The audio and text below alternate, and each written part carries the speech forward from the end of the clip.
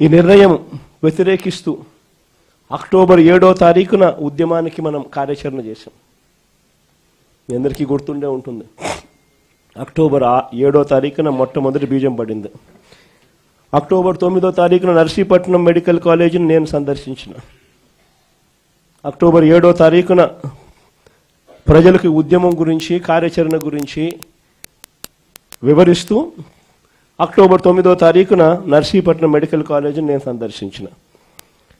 దాని తర్వాత అక్టోబర్ 10వ తారీఖు నుంచి డిసెంబర్ 10 దాకా ప్రతి గ్రామంలోనూ ప్రతి పట్టణంలోనూ వార్డుల్లోనూ రచ్చబండ కార్యక్రమాన్ని నిర్వహిస్తూ ప్రజలకు ఈ మెడికల్ కాలేజీల విషయంలో ప్రైవేటీకరణ విషయంలో ప్రజలు నష్టపోతా ఉన్నది ఏమిటి అని చెప్పి సువివరంగా ఎక్స్ప్లెయిన్ చేస్తూ ప్రజలను ఈ సంతకాల సేకరణలో భాగస్వాములను చేస్తూ ప్రజలు ఏ రకంగా చంద్రబాబు నాయుడు తీసుకుంటా ఉన్న ఈ నిర్ణయాల వల్ల నష్టపోతారు, ప్రజలు ఎలా నష్టపోతారు అని చెప్పి సువివరంగా ప్రజలకు ఎక్స్ప్లెయిన్ చేస్తూ జరిగిన కార్యక్రమం ఇది. నిజంగా ఒక ప్రైవేట్ మెడికల్ కాలేజ్ జిల్లా కేంద్రంలో ఒక గవర్నమెంట్ మెడికల్ కాలేజ్ ఒక జిల్లా కేంద్రంలో వస్తే అక్కడ ఉట్టి మెడికల్ కాలేజీలో ఉన్న సీట్లే కాదు, ఆ సీట్ల వల్ల లోకల్గా మన పిల్లలు గవర్నమెంట్ డాక్టర్లుగా అక్కడే కనిపిస్తారు అనేది ఒక ఆస్పెక్ట్ అయితే, ప్రైవేట్ కన్నా తక్కువ ధరకే మన పిల్లలు చదివి బయటకు వచ్చే పరిస్థితి ఉంటుంది అన్నది ఒక ఆస్పెక్ట్ అయితే, అన్నిటికన్నా ఇంకా పెద్ద ఆస్పెక్ట్ ఏమిటి అని అంటే ఈ మెడికల్ కాలేజీల వల్ల వీటితో పాటు వచ్చే టీచింగ్ హాస్పిటల్ వల్ల ఆ ప్రతి మెడికల్ కాలేజీ వల్ల ఆ టీచింగ్ హాస్పిటల్ వల్ల ఏకంగా మల్టీ స్పెషాలిటీ సూపర్ స్పెషాలిటీ సేవలు ప్రజలకు ఉచితంగా హాస్పిటల్లో అందుబాటులోకి రావడం. అంటే మా కడప అయితే ఫర్ ఇన్స్టెన్స్ ఒక ఎగ్జాంపుల్ బహుశా ఏది తీసుకున్నా కూడా ఇదే మాదిరిగానే ఉంటుంది. ఒక జిల్లా కేంద్రంగా ఒక మెడికల్ కాలేజ్ తీసుకొచ్చినాం అంటే ఒక 70 కిలోమీటర్లు ఇటు అటుగా మొత్తం జిల్లాలోని అన్ని ప్రాంతాలు కూడా కనెక్ట్ అవుతాయి.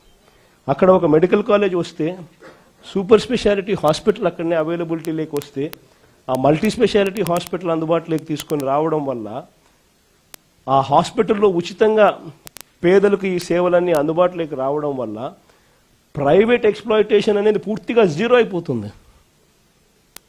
రేపు పొద్దున ఎవడు ప్రైవేట్ హాస్పిటల్కి పోడు, గవర్నమెంట్ హాస్పిటల్లో ఫ్రీగా చేసి పెడతా అంటే నువ్వేదో రీజనబుల్గా ఛార్జ్ చేస్తే నీ దగ్గరకు వస్తారు తప్ప నువ్వు 2 లక్షలు 4 లక్షలు 5 లక్షలు అంటే ఎవడొస్తాడు?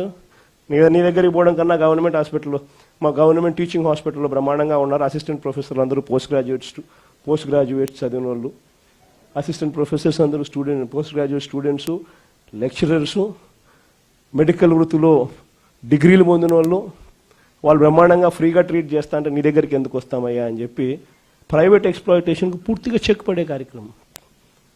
ఈ వివరాలన్నీ కూడా సువివరంగా ఈ రచ్చబండ కార్యక్రమాలలో ఎక్స్ప్లెయిన్ చేస్తూ ప్రజలను భాగస్వామ్యం చేస్తూ వాళ్ళ సంతకాలు తీసుకుంటూ ప్రతి ఒక్కరూ వచ్చి స్వయంగా ప్రతి పేపర్ మీద సంతకం పెట్టి వాళ్ళ టెలిఫోన్ నెంబర్ కూడా రాసి ఏమాత్రం భయపడకుండా